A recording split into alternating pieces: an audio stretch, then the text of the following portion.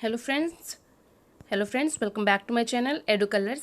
आज हम इस वीडियो में क्लास 10th के इकोनॉमिक्स का चैप्टर 2 पढ़ेंगे, भारतीय अर्थव्यवस्था के क्षेत्रक। ये जो चैप्टर है ये बहुत अच्छा चैप्टर है, इसमें से काफ़ी क्वेश्चंस आते हैं और बहुत डिफ़िकल्ट नहीं है, इजी चैप्टर है, बच्चों को अच्छा लगता है, समझ में आ जाता है और मुझे भी पढ़ाने में बहुत मज़ा आता है। तो आइए हम इस चैप्टर को शुरू करते हैं और जानते हैं कि इस चैप्टर में है क्या। देखिए, हर किसी के सदस्य घर के परिवार में लोग जो हैं वो काम में लगे पड़े हैं। आपके माता पिता भाई बहन हर कोई काम करता है। तो वो क्या काम करते हैं, आपकी अर्निंग्स कमाई किस तरह हो रही है। तो कोई डॉक्टर है, कोई टीचर है, कोई किसी की अपनी दुकान है, कोई खेतों में काम करके कमाई कर रहा है। तो ये लोग किन किन सेक्टर्स में काम कर रहे हैं, आज हम इसी के बारे में पढ़ेंगे कि कौन सा सेक्टर मतलब क्षेत्रक, तो कौन सा सेक्टर जो है वो इतना इम्पॉर्टेंट है, हम इसी की चर्चा करेंगे। तो चलिए चैप्टर शुरू करते हैं। अगर आप ध्यान से देखेंगे तो यहाँ पर आपको कुछ फ़ोटोज़ दिखेंगी, जैसे कि ये न्यूज़पेपर वाला, ये न्यूज़पेपर बेचने का काम करता है, ये कूली है, ये खेतों में काम कर रहे हैं, ये जो औरत है इसकी अपनी दुकान है और ये मकान बना रहे हैं। तो सब ने अपना अपना व्यवसाय चुन लिया है और वो उन्हीं क्षेत्रों में काम कर रहे हैं। तो ये जो आप काम करते हुए लोगों को देख रहे हैं, इनमें इनकी कितनी कमाई होती है, या आपको लगता है कि आप बड़े होकर क्या काम करना चाहेंगे, कि किस सेक्टर में जाके काम करना चाहेंगे। तो आज हम इसी की चर्चा करेंगे कि किस सेक्टर में क्या क्या व्यवसाय होते हैं। देखिए, बेसिकली 3 सेक्टर्स में बांटा गया है।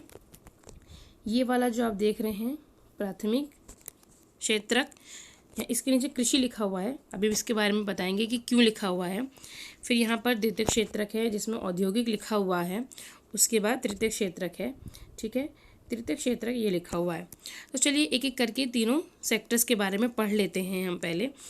तो यहाँ पर जो कृषि लिखा हुआ है इसका मतलब है कि वह सेक्टर यानी कि वह व्यवसाय जो हमें प्राथमिक क्षेत्र से मिलते हैं, जैसे कि प्रकृति से मिलता है। जैसे मान लीजिए डेयरी उत्पाद हैं, वो प्राथमिक क्रियाओं से मिलते हैं, प्राकृतिक उत्पादों से मिलते हैं। या फिर जैसे वन है, वहाँ से हमें लकड़ी मिलती है, तो जो वन है वो भी प्राकृतिक उत्पाद हो गए। या खनिज पदार्थ हैं, खनिज पदार्थ भी प्राकृतिक उत्पाद हैं, उनसे मिले हुए जो मेटल है वगैरह हैं वो प्राकृतिक उत्पाद से हमें मिले हैं। और या फिर जैसे मान लीजिए कपास है या खाने की कोई चीज़ है, गेहूँ चावल है, ये भी हमें खेती से मिले हैं, जो भी प्रकृति उत्पाद है। तो ये जो सारी चीज़ें हैं ये हमें प्रकृति से जुड़ी हुई जो चीज़ें हैं उसे हम प्राथमिक सेक्टर में डालेंगे, प्राथमिक क्षेत्रक में डालेंगे।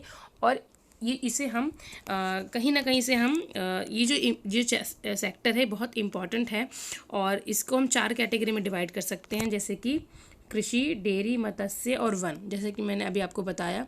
और इसको कृषि एवं सहायक क्षेत्रक भी कहा जाता है। तो इन चारों चीज़ों से मिलके जो हमें उत्पाद मिलते हैं वो प्राथमिक क्षेत्र की कैटेगरी में आते हैं। और जो लोग इस व्यवसाय में जुड़े हुए हैं, इन चारों व्यवसाय से जुड़े हुए हैं, वो प्राथमिक क्षेत्र की कैटेगरी में आते हैं। उसके बाद है द्वितीय क्षेत्रक। अब मान लीजिए आपको कपास मिला प्राथमिक क्षेत्रक से, फिर उसकी आपने शर्ट बनाई। ठीक है, तो जो शर्ट बनाने यानी कि जो निर्माण का काम आपने किया, जो विनिर्माण का काम आपने किया, वो जो काम होता है वो द्वितीय क्षेत्रक में आता है। जैसे कि लकड़ी मिली आपको प्राथमिक क्षेत्र से, अब उस लकड़ी से आपने दरवाज़ा बनवाया या चेयर बनाई। ठीक है, तो वो बनाने का काम जिसमें आपने किया, निर्माण किया किसी चीज़ का, तो वो जो काम है वो द्वितीय क्षेत्रक की कैटेगरी में आता है और इसको औद्योगिक क्षेत्रक भी बोला जाता है। अब है तृतीय क्षेत्रक। इसमें क्या होता है, इसमें मान लीजिए देखिए प्राथमिक क्षेत्रक में आपने कुछ गेहूँ चावल या कुछ भी उगाया, या मत्स्य पालन से आपने कुछ समुद्र से आपने कुछ पाया, या आपने द्वितीय क्षेत्रक में कोई शर्ट बनाई या बिस्कुट बनाया, कुछ भी बनाया, तो उसको बनाने के बाद एक जगह से दूसरी जगह पहुंचाना है दुकानों पर, जहाँ से उससे लोग खरीद सकें। तो उसमें क्या होता है, उसके लिए आपको परिवहन की, ट्रकों की, ट्रेनों की आवश्यकता होगी। ठीक है, इन चीज़ों को भंडारण करने की भी आवश्यकता होती है कभी कभी। तो ये जो सारी चीज़ें हैं ये आता है तृतीय क्षेत्रक में। ठीक है। और आजकल ये तृतीयक क्षेत्रक इतना इम्पॉर्टेंट हो गया है, इसको सेवा क्षेत्रक भी बोला जाता है, क्योंकि इसमें जो जुड़े हुए लोग हैं वो अपनी सेवाएं दे रहे हैं। जैसे मान लीजिए टीचर है, अपनी सेवा दे रही है, डॉक्टर है, अपनी सेवा दे रहे हैं, मोची हैं, वो अपनी सेवा दे रहे हैं। तो जो सेवा दे रहे हैं या जो भंडारण का काम कर रहे हैं या जो आवागमन, जो परिवहन के काम में लगे पड़े हैं, तो वो सारे के सारे लोग जो हैं वो सेवा दे रहे हैं अपनी, तो ये तृतीयक क्षेत्रक में आएगा। उसी तरीके से तृतीयक क्षेत्रक में संचार, बैंक सेवाएं, व्यापार, परिवहन, भंडारण, ये सब जो है ये तृतीयक गतिविधियों में आते हैं। इसीलिए ये आज के कॉन्टेक्स्ट में ये सबसे ज़्यादा इम्पॉर्टेंट सेक्टर है, इसे सेवा क्षेत्रक भी बोला जाता है। इसके अलावा एक चौथा भी है जो सूचना प्रौद्योगिकी यानी कि जो इंफॉर्मेशन टेक्नोलॉजी है उनसे जुड़े हुए, जैसे एटीएम है, इंटरनेट कैफ़े है, कॉल सेंटर है, सॉफ्टवेयर कंपनी है, इनमें जो काम करने वाले लोग हैं उनके लिए एक चौथा सेक्टर, आजकल नया सेक्टर है ये, उसको बोला गया है। और ये इंफॉर्मेशन टेक्नोलॉजी से जुड़ा हुआ है, इससे भी जुड़े हुए लोग जो हैं वो चौथे सेक्टर में आते हैं। अब आप ये टेबल देखिए कि इस टेबल में क्या कहा गया है। इसमें बताया गया है कि किसी एक सेक्टर की वजह से क्या दूसरा सेक्टर इफेक्टेड होता है। जी बिल्कुल होता है, क्योंकि तीनों जो सेक्टर हैं, जो प्राथमिक सेक्टर है और जो द्वितीयक सेक्टर है और जो ये तृतीयक सेक्टर है, तीनों इंटरकनेक्ट हैं, तीनों का आपसी संबंध है। अगर एक सेक्टर भी काम नहीं करेगा तो दूसरे सेक्टर पर उसका प्रभाव पड़ेगा। जैसे मान लीजिए कि यदि किसान है, उसे किसी चीनी मिल को वो गन्ना देने से इनकार कर दे, तो क्या चीनी बनेगी? वो मिल बंद हो जाएगी, वहाँ पे चीनी नहीं बनेगी। तो क्या होगा कि जो द्वितीयक क्षेत्रक है वो प्राथमिक क्षेत्रक पे डिपेंडेंट है, ठीक है। उसी तरीके से अगर भारतीय कोई कंपनी है, वो प्राथमिक क्षेत्र के किसान से अगर कपास नहीं खरीदती है और किसी विदेशी कंपनी से कपास खरीदती है, तो प्राथमिक क्षेत्र के उस किसान का काम ठप पड़ जाएगा। तो उससे तृतीयक क्षेत्र की वजह से वो, या द्वितीयक क्षेत्र की वजह से वो प्राथमिक क्षेत्र के व्यक्ति का भी काम रुका पड़ा है। तो तीनों जो हैं वो इंटरकनेक्टेड हैं और तीनों का काम सुगम तभी चलता है जब तीनों एक दूसरे के लिए काम करते हैं। यहाँ देखिए, यहाँ पे कुछ व्यवसाय लिखे हुए हैं। अब आप इसको ध्यान से पढ़िए और आप इसको खुद कैटेगराइज कीजिए कि प्राथमिक क्षेत्रक में कौन से आते हैं, द्वितीयक क्षेत्रक में कौन से आते हैं और तृतीयक क्षेत्रक में कौन से आते हैं। जैसे मैं आपको बता देती हूँ, जैसे यहाँ पे लिखा हुआ है मछुआरा, ठीक है। तो जो मछुआरा है ये मछली निकाल रहा है समुद्र से, तो ये मछुआरा समुद्र से मछली उगा तो नहीं रहा है ना, लेकिन इस समुद्र से जो पहले से ही मौजूद मछलियां हैं उसको निकाल रहा है, जो प्रकृति ने दे रखी है हमें पानी में। तो जो प्रकृति से मिलने वाली चीज़ है, जो प्राकृतिक उत्पाद है, उससे जुड़े लोग जो हैं वो प्राथमिक क्षेत्रक में आएंगे। अब यहाँ पे एक और एग्जांपल मैं आपको समझा देती हूँ, जैसे कुरियर पहुँचाने वाला। अब कुरियर पहुँचाने वाला एक व्यक्ति अपनी सेवा दे रहा है और एक से सामान जो है वो एक जगह से दूसरी जगह आप तक पहुँचा रहा है। तो ये जो कुरियर पहुँचाने वाला आदमी है ये तृतीयक क्षेत्रक में आ जाता है, ठीक है। चलिए मैं एक द्वितीयक क्षेत्रक का भी आपको उदाहरण दे देती हूँ। जैसे टोकरी बुनकर, ये टोकरी बुनकर है, ये बना रहा है, कोई चीज़ बना रहा है, टोकरी बना रहा है, तो जो बनाने का, निर्माण का काम कर रहा है, तो ये द्वितीयक क्षेत्रक में आता है। तो मेरे ख्याल से आपको तीनों के जो एग्जाम्पल्स हैं वो सेट हो गए होंगे और बिल्कुल सटीक तरीके से आप अगले जो ऑक्यूपेशंस हैं, व्यवसाय हैं, उनको सही तरीके से कैटेगराइज कर पाएंगे। अब यहाँ पर हम बात करते हैं कि जो तीनों सेक्टर से जो भी सामान प्रोड्यूस हो रहा है उसकी गणना यानी कि उसकी काउंटिंग कैसे होती है। कि मान लीजिए कितना कपास उग रहा है, या कितनी कीलें बन रही हैं, या कितने कंप्यूटर बन रहे हैं, कितनी कारें बन रही हैं। अब एक एक चीज़ को कैसे काउंट किया जाता है, ये तो बहुत ही लंबा चौड़ा काम है और बहुत ही ऐसा लगता है असंभव सा काम है। लेकिन क्या होता है कि हर सेक्टर में जितनी भी चीज़ें प्रोड्यूस की जा रही हैं उसके अंतिम वस्तुओं और सेवाओं की गणना की जाती है, तब हमें पता चलता है कि कोई सेक्टर कितनी चीज़ें प्रोड्यूस कर रहा है। जैसे मान लीजिए एक, आप कहेंगे एक बिस्कुट है, ठीक है, बिस्कुट का पैकेट है, तो वो बिस्कुट का पैकेट जो है हमारे लिए, मान लीजिए 10 रुपये का या 60 रुपये का, मान लीजिए 60 रुपये का एक पैकेट है और उसमें कई सारे बिस्कुट हैं। तो अब वो बिस्कुट बना किससे? आटे से बना, उसमें तेल लगा, उसमें चीनी लगी, सारी चीज़ें लगी हैं।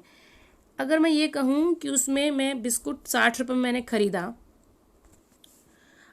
अब प्राथमिक क्षेत्रक वाले ने आटा पहले आटा बेचा होगा किसी को, फिर उस मिल कंपनी ने उस आटे में चीनी तेल मिला के उसको बिस्कुट बनाया, फिर उसकी पैकेजिंग की, फिर जो तृतीय क्षेत्रक वाले ने एक जगह से दूसरी जगह उसको पहुंचाया होगा, फिर वो किसी दुकान में आया होगा, तो उसमें सारी चीज़ें इंक्लूड करने के बाद ही उसका जो प्राइस है वो 60 रुपये है। अगर मैं आटा मिल कंपनी वाले को जो 8 रुपये में बेचा गया है, अगर मैं वो भी जोड़ लूँ, उसके बाद उसमें तेल चीनी का अलग से जोड़ूँ, तो इसके दाम तो बहुत ज़्यादा हो जाएंगे। ठीक है, तो वो चीज़ हम नहीं काउंट करेंगे। उस बिस्किट पे जो मूल्य है वो अंतिम मूल्य है, यानी कि उसमें जितना भी जो उसको सामान एक जगह से पहुंचाने का, तेल का, चीनी का, बिस्किट का, सारी चीज़ें उसमें इंक्लूड हैं। और मुझे जो प्राइस मिल रहा है वो 60 रुपये अंतिम प्राइस मिल रहा है, तो मेरे लिए वो 60 रुपये में सब चीज़ें आ गई हैं।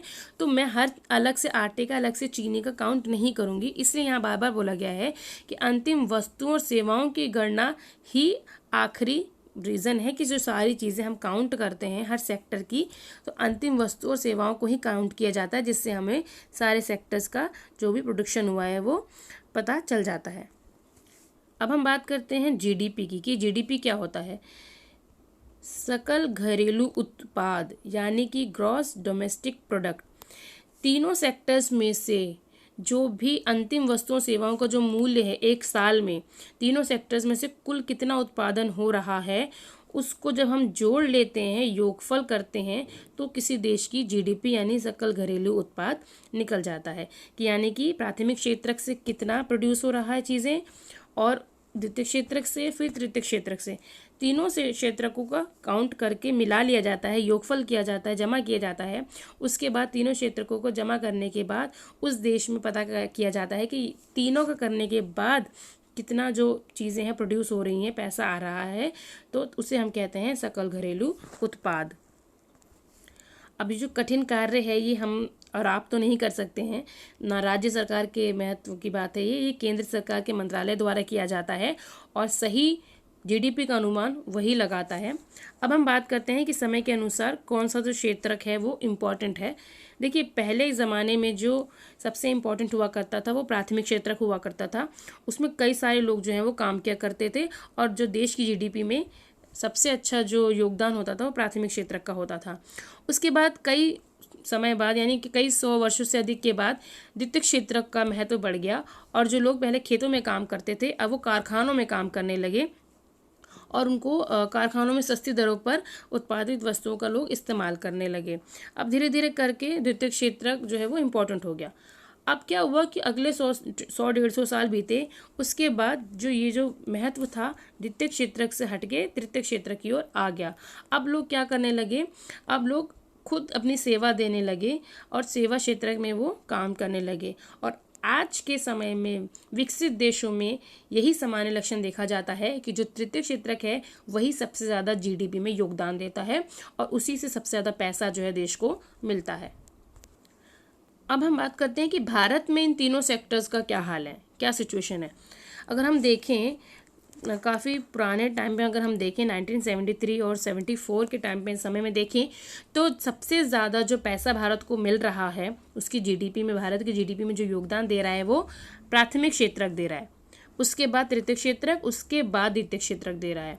और अगर हम आज के समय में देखें 2013-14 के संदर्भ में देखें, तो जो सबसे ज़्यादा जीडीपी में सबसे ज़्यादा योगदान, सबसे ज़्यादा पैसा जो जिस क्षेत्रक से आ रहा है तो वो तृतीय क्षेत्रक है। देखिए, तृतीय क्षेत्रक है, उसके बाद द्वितीय क्षेत्रक है, उसके बाद प्राथमिक क्षेत्रक है।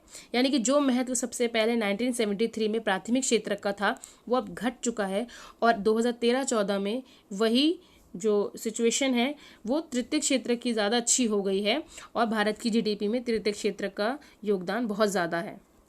अब ऐसा क्यों है कि उत्पादन में तृतीय क्षेत्र का महत्व क्यों इतना बढ़ गया है? कोई तो रीज़न होगा ना। देखिए, पहले ज़माने में लोग जो है वो खेती वगैरह करते थे, काम करते थे, लेकिन अब लोगों का जो ध्यान है वो सिर्फ खेतों में नहीं है, वो लोग अन्य काम भी कर रहे हैं। देखिए, किसी भी देश में अगर आप देखेंगे तो अस्पताल होते हैं, शैक्षिक संस्थाएँ होती हैं, डाकघर होते हैं, कचहरी होती है, परिवहन होते हैं, बैंक होते हैं, बीमा कंपनी होती हैं, ये सब बिल्कुल बेसिक सेवाएं मानी जाती हैं, बिल्कुल बुनियादी सेवाएं मानी जाती हैं जो किसी भी विकासशील देश को के मैनेजमेंट में बहुत अच्छा रोल प्ले करती हैं। और एक जिम्मेदार सरकार वही है जो ये सारी चीज़ें एक अपने देश को मुहैया करा सके। तो इस वजह से, और दूसरा रीज़न है कि जो कृषि और उद्योग के विकास में परिवहन और व्यापार और भंडारण जैसी सेवाओं का विकास हो रहा है, और प्राथमिक और द्वितीयक क्षेत्र का विकास जितना अधिक होगा और उसी तरीके से इन क्षेत्रों की मांग जो है वो और ज़्यादा बढ़ेगी और तृतीयक क्षेत्र का विकास और का जो दायरा है वो और बढ़ता जाएगा। थर्ड पॉइंट है कि जैसे जैसे लोगों की अब आय जो है वो बढ़ रही है, ठीक है, लोग काम कर रहे हैं, लोगों की आय बढ़ रही है, तो जैसे रेस्टोरेंट है, लोग खाना खाने जा रहे हैं, शॉपिंग करने जा रहे हैं, मूवीज़ देखने जा रहे हैं, तो ये जो है लोग का जो काम का जो दायरा है, जो उनका लाइफस्टाइल है वो बदल रहा है। तो तृतीयक क्षेत्र की तरफ लोगों का जो झुकाव है वो बढ़ रहा है, लोगों की कमाई उसमें ज़्यादा हो रही है, देश की जीडीपी में ग्रोथ उसकी वजह से ज़्यादा हो रही है। तो जो चेंजेस हुए हैं कहीं ना कहीं तृतीयक क्षेत्र के लिए काफ़ी योगदान दे रहे हैं अच्छा उसकी बढ़ोतरी में। यहाँ पे एक चीज़ बताना ज़रूरी है कि जो तृतीयक क्षेत्रक है उसमें सभी लोग डॉक्टर या इंजीनियर या फिर टीचर नहीं हैं, उसमें से बहुत सारे लोग ऐसे भी हैं जो छोटी छोटी दुकानों में काम करते हैं, परिवहन जैसी सेवाओं में लगे हुए हैं, मरम्मत का काम करते हैं, तो प्लम्बर हैं। तो ये लोग जो हैं ये इनको रोज़ाना काम तो मिलता नहीं है, कभी कभी काम मिलता है, कभी कभी ये बैठे रहते हैं। तो इस तरीके से हम ये नहीं कह सकते कि जो तृतीयक क्षेत्र में सारे लोग लगे हुए हैं उन सब की अर्निंग्स कमाई बहुत अच्छी हो रही है। उसमें से कुछ ऐसे लोग हैं जो बहुत सीमित हैं अपने कामों में और जिनको रोज़ाना काम भी नहीं मिल रहा है। अब हम बात करते हैं कि ज़्यादातर लोग जो हैं वो किस सेक्टर में लगे हुए हैं। हमने ये तो देख लिया कि किस सेक्टर से ज़्यादा कमाई हो रही है, लेकिन अब हम ये देखते हैं कि किस सेक्टर में लोग काम ज़्यादा कर रहे हैं। थोड़ी अजीब लगती होगी ये बात, लेकिन ये सच है कि जो प्राथमिक क्षेत्रक है वो भारत की जीडीपी में सबसे कम योगदान दे रहा है, लेकिन संख्या में अगर देखें तो ज़्यादातर लोग आज भी प्राथमिक क्षेत्रक में ही काम कर रहे हैं, उसी में ज़्यादा लगे हुए हैं। अब आप सोचिए, जो लोग ज़्यादा लगे हुए हैं लेकिन भारत की जीडीपी में वो योगदान ज़्यादा नहीं दे रहे हैं, तो इसका क्या मतलब है। अब आपको मैं उदाहरण से समझाती हूँ। जैसे मान लीजिए एक खेत है और एक खेत में काम करने वाले, ये खेत है, इस खेत में 3 लोग काम करेंगे तो अच्छा प्रोडक्शन होगा, लेकिन इस खेत में 5 लोग लगे पड़े हैं, एक ही परिवार के 5 लोग लगे हुए हैं। तो जो ये 2 लोग एक्स्ट्रा लगे हुए हैं इनकी ज़रूरत नहीं है, लेकिन ये फिर भी लगे हुए हैं क्योंकि ये लग रहा है, दिखावा कर रहा है कि हम काम कर रहे हैं, लेकिन देश की जीडीपी में इनका कोई योगदान नहीं है। अगर ये 2 लोग कहीं और जाके काम करेंगे तो उस परिवार की कमाई में बढ़ोतरी भी होगी और ऐसा दिखेगा भी कि वो काम कर रहे हैं, जबकि इन 5 में से 3 लोगों की तो देश की जीडीपी में योगदान है, लेकिन इन 2 का योगदान नहीं है। तो ऐसे बहुत से लोग हैं भारत में जो एक ही परिवार के हैं और अपने खेतों में काम करते हैं, जबकि उनकी ज़रूरत नहीं है वहाँ पर, उसके बावजूद भी वो लगे हुए हैं। और ये जो 2 लोग हैं ये एक तरीके से भारत में बेरोज़गार हैं। सही तरीके से हम ये नहीं कहेंगे कि बैठे हुए हैं बेरोज़गार हैं, ऐसे नहीं।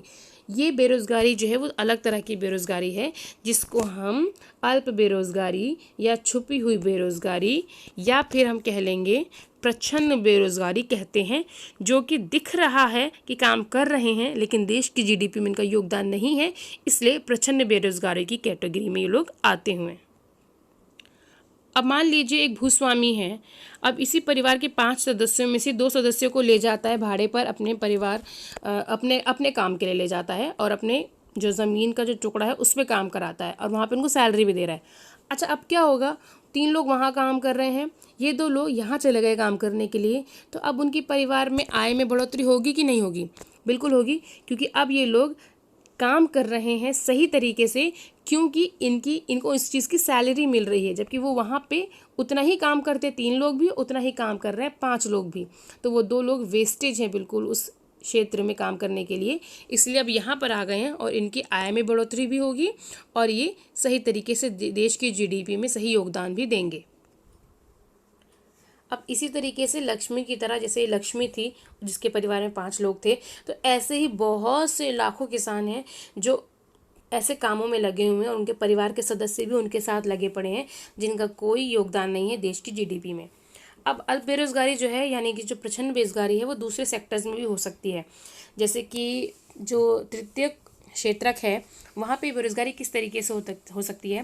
जैसे मान लीजिए दैनिक रोजगार के लोग हैं, जैसे प्लम्बर है, पेंटर है, मरम्मत का कार्य करने वाले लोग हैं, ये तृतीय क्षेत्रक में आते हैं। लेकिन इन लोगों को रोज़ाना काम नहीं मिलता है, इनको दिहाड़ी पे काम मिलता है, कभी मिलता है कभी नहीं मिलता है। तो ये लोग भी असुविधाजनक विषम काम करते हैं और इनको भी इनके काम में कुछ ऐसा नहीं होता कि हाँ कि इनको रोज़ काम मिलेगा। तो इस वजह से ये काम नहीं पा पाते हैं रोज़, तो जिसकी वजह से इनको सेवा क्षेत्र में ऐसे लोग कहेंगे कि जो प्रचंड बेरोजगारी से ग्रसित हैं। अब हम आते हैं अतिरिक्त रोजगार का सृजन, यानी कि अलग से रोजगार को कैसे पैदा किया जाए। जैसे कि मान लीजिए अगर कहीं पर खेती का काम हो रहा है बड़े स्तर पर, तो हम वहाँ पे कुएं का निर्माण कर सकते हैं, नहर बना सकते हैं, ताकि और लोग जो हैं वो इन कामों में लग जाएं। ठीक है, उनको रोज़गार यहाँ पर मिल जाएगा। हम बांध बना सकते हैं और नहर खोदी जा सकती है। इससे लोग कृषि के क्षेत्र में जो बेरोज़गार लोग हैं उनको रोज़गार मिल जाएगा, जिससे कि अल्प बेरोज़गारी की जो समस्या है वो अपने आप जो है वो ख़त्म हो जाएगी। उसके बाद दूसरा हम क्या कर सकते हैं कि अगर ये लोग जो खेती से जो भी इनका सामान प्रोड्यूस हो रहा है, इसको अपने नज़दीक के शहर में ले जाने की आवश्यकता होती है। तो इसके लिए जो ट्रकों हैं, गाड़ियां हैं, उसमें इन लोगों को जॉब मिल सकती है। और जो सरकार है, जब ऐसी जगह पर आवागमन होगा तो सरकार उन क्षेत्रों की जो सड़कें हैं उनको अच्छा बनवाएगी, और जब अच्छा बनवाएगी तो फिर वहाँ पे उन सड़कों को के निर्माण में बहुत सारा पैसा निवेश करेगी, तो उसमें भी फिर लोगों को रोज़गार मिलेगा। और उसके फिर साथ साथ जो लोग खेती नहीं कर रहे हैं वो अर्ध ग्रामीण क्षेत्रों में अन्य चीज़ों का भंडारण कर सकते हैं। जैसे कि वो वहाँ पर सब्जियां बेच सकते हैं, सब्जियां उगा सकते हैं, चावल, गेहूं, टमाटर आदि जो है बाज़ारों में ले जा सकते हैं। इन सब चीज़ों को के द्वारा वो अल्प बेरोज़गारी से बच सकते हैं। इसके अलावा जैसे भारत में बहुत सारे बच्चे हैं जो विद्यालय नहीं जा पाते हैं, तो अगर वो विद्यालय जाने लगेंगे तो स्कूल्स बनेंगे, कॉलेजेस बनेंगे, बहुत सारे भवनों का निर्माण होगा, तो उसके लिए बहुत सारे कर्मचारियों की आवश्यकता होगी। तो अगर हम अकेले शिक्षा के क्षेत्र में देखें तो तकरीबन 20 लाख जो एम्प्लॉयमेंट है उसको हम प्रोड्यूस कर सकते हैं, और इतने सारे लोगों को काम मिल सकता है। और ऐसे ही स्वास्थ्य सेवाओं में भी देख सकते हैं, बहुत सारे डॉक्टर्स और नर्सों की और स्वास्थ्य कर्मचारियों की जो है वो कमी है। अगर हम उनको जॉब दिलाएं तो बहुत सारे लोगों को अभी भी जॉब मिल सकता है जो गैर कृषि क्षेत्रों में काम करना चाहते हैं। और अगर हम ये देखें, जैसे मान लीजिए कहीं पे कोई भवन बन रहा है, या कोई सार्वजनिक पार्क है, या कोई अच्छी इमारत है, तो उसके लिए योजना आयोग के अनुसार अगर पर्यटन क्षेत्र में अगर वो काम करना चाहता है तो उसमें भी बहुत अवसर हैं। और प्रति वर्ष पर्यटन क्षेत्र में तकरीबन 35 लाख से अधिक जो रोज़गार है वो प्रोड्यूस किया जा सकता है। ऐसे ही बहुत सारे रोज़गार के जो कार्यक्रम हैं वो सरकार द्वारा चालू किए गए हैं, और उसी में से एक है काम का अधिकार। ये बहुत इम्पॉर्टेंट है और ये बहुत अच्छा भी है। कई लोगों द्वारा इसको बहुत अप्रिशिएट किया गया है। इसको भारत के लगभग 625 जिलों में अभी लागू किया जा चुका है, और भी अब तो काफ़ी जिलों में इसको और लागू किया गया होगा। इसका जो नाम है वो है महात्मा गांधी राष्ट्रीय ग्रामीण रोजगार गारंटी अधिनियम। इसको शॉर्ट में मनरेगा बोलते हैं, और 2005 में ये इंट्रोड्यूस किया गया था। इसमें क्या बातें कही गई हैं कि एक व्यक्ति को 100 दिन 365 दिन में से 100 दिन का काम दिया जाएगा। अगर सरकार 100 दिन का काम देने में असफल होती है तो उसके बदले में उसे उतने ही दिन का बेरोजगारी भत्ता जो है वो दिया जाएगा, और इससे भविष्य में उसको काम की ज़रूरत जो है वो कर पाएगा और अपनी आमदनी को भी बढ़ा सकेगा। अब यहाँ पर आता है संगठित और असंगठित क्षेत्र के रूप में क्षेत्रकों का विभाजन। तो संगठित और असंगठित क्षेत्र क्या होते हैं। जैसे मान लीजिए एक औरत है कांता, वो एक अच्छे ऑफिस में काम करती है, टाइम से जाती है, टाइम से वापस आती है, संडे की उसको छुट्टी मिलती है, उसकी सैलरी में से कुछ पीएफ कटता है ताकि जब वो रिटायरमेंट लेगी तो उसे सारा एक साथ पैसा मिल जाएगा। उसे थोड़ी सी स्वास्थ्य सुविधाएं भी मिल जाती हैं, और काफ़ी उसको जो है अगर वो अतिरिक्त काम करे तो उसको उसका अतिरिक्त वेतन भी मिलता है। जबकि कमल नाम का एक व्यक्ति है जो किसी दुकान में काम करता है, किराने की दुकान में काम करता है। वो सुबह 7:30 बजे से जाता है, शाम के 8 बजे तक काम करता है, और जिस दिन छुट्टी करता है तो उसके उस दिन के भी पैसे कटते हैं। उसे कोई परमानेंट सैलरी नहीं मिलती है और उसे कभी भी काम से निकाला जा सकता है, उसके भविष्य के लिए कोई बचत नहीं हो रही है। तो अगर आप इन दोनों काम में अगर देखें तो कांता का काम जो है वो सही है, ठीक है, तो उसे हम संगठित काम मानेंगे। और जो कमल का जो काम है वो असंगठित है, जिसमें कोई फिक्स नहीं है कि उसका काम आज है और कल नहीं है। अब आप यहाँ देखिए, यहाँ पे कुछ काम करने वाले लोगों की कैटेगरी दी गई है। अब आप मुझे इसमें से बताइए कि कौन व्यक्ति संगठित क्षेत्र में है और कौन व्यक्ति असंगठित क्षेत्र में काम कर रहा है। जैसे मैं एक एग्जांपल देती हूँ, विद्यालय में पढ़ाता है एक शिक्षक, तो विद्यालय का एक टाइम होता है कि इतने बजे सुबह जाना है और दोपहर में इतने बजे आ जाना है। संडे की छुट्टी मिलती है, हॉलीडेज़ जो गैजेट हॉलीडेज़ होते हैं उसकी छुट्टी मिलती है। तो ये एक संगठित क्षेत्र का काम करने वाला व्यक्ति या महिला हो सकती है। और आज संगठित क्षेत्र का अगर हम देखें कि एक ठेकेदार के अधीन काम करता हुआ दैनिक मजदूर वाला श्रमिक, जो एक ठेकेदार के अधीन काम कर रहा है, जो कि उसकी कभी भी उससे काम छीना जा सकता है, कभी भी उसको काम से निकाला जा सकता है। उसको हफ्ते के हफ्ते 7 दिन काम करना पड़ेगा और उसका कोई बचत भी नहीं हो रही है और ना ही उसको किसी तरह की कोई छुट्टी मिल रही है। तो ये असंगठित क्षेत्र का उदाहरण हो गया। अब जो आखिरी है पॉइंट वो है स्वामित्व आधारित क्षेत्रक और सार्वजनिक और निजी क्षेत्रक। तो स्वामित्व आधारित क्षेत्रक को 2 भागों में बांटा गया है, सार्वजनिक और निजी क्षेत्रक। तो सार्वजनिक क्षेत्रक में होते हैं जिस सरकार द्वारा जो सेवाएं उपलब्ध की जाती हैं, जिसमें सारी संपत्ति पर सरकार का अधिकार होता है। और निजी क्षेत्रक होता है जिसमें एक व्यक्ति या कंपनी के हाथों में सारी पावर होती है, जैसे रेलवे है, डाकघर है। तो ये सार्वजनिक क्षेत्रक के उदाहरण है जिसमें सरकार का स्वामित्व है। और जैसे टिस्को है या रिलायंस इंडस्ट्रीज़ है, तो इस पे एक कंपनी या एक व्यक्ति का अधिकार है, तो ये निजी क्षेत्र का उदाहरण हो जाता है।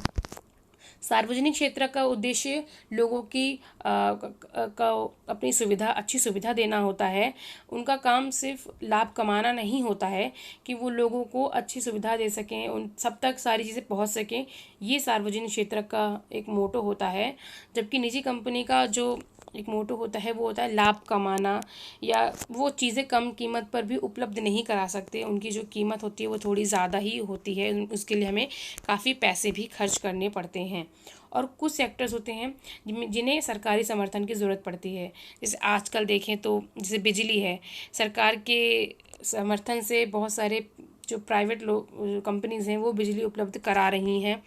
इसके अलावा भारत जो सरकार जो है, जैसे मान लीजिए गेहूँ चावल किसानों से खरीदती है उचित दामों पे, फिर उसका भंडारण करती है, फिर उसकी राशनिंग करती है। तो राशनिंग के लिए छोटे छोटे कंपनी या किसी लोगों को ठेका दे दिया जाता है, वो आगे तक जो है फिर लोगों को राशनिंग का काम करते हैं, वो अपना लोगों तक राशन पहुँचाने का काम करते हैं।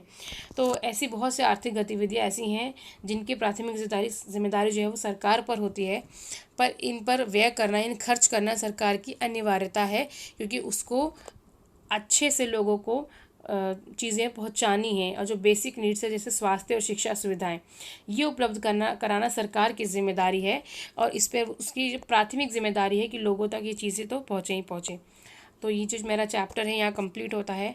आज चैप्टर लंबा बन गया है, प्लस मेरी थोड़ी आवाज़ में भी प्रॉब्लम हो सकती है, आपको महसूस होगा। तो मेरे इस वीडियो को प्लीज़ देखिए, समझिए, अच्छा चैप्टर है। कोई भी दिक्कत परेशानी आए तो आप मुझे कमेंट सेक्शन में बता सकते हैं बच्चों। और please like, comment and share. जो नए व्यूवर्स हैं मेरे चैनल को सब्सक्राइब करें। आपका मुझे बहुत अच्छा लगेगा अगर आप इस मेरे वीडियो को लाइक करते हैं, देखते हैं। तो चलिए आगे मैं और ऐसी वीडियो बनाती जाऊँगी। Thank you so much.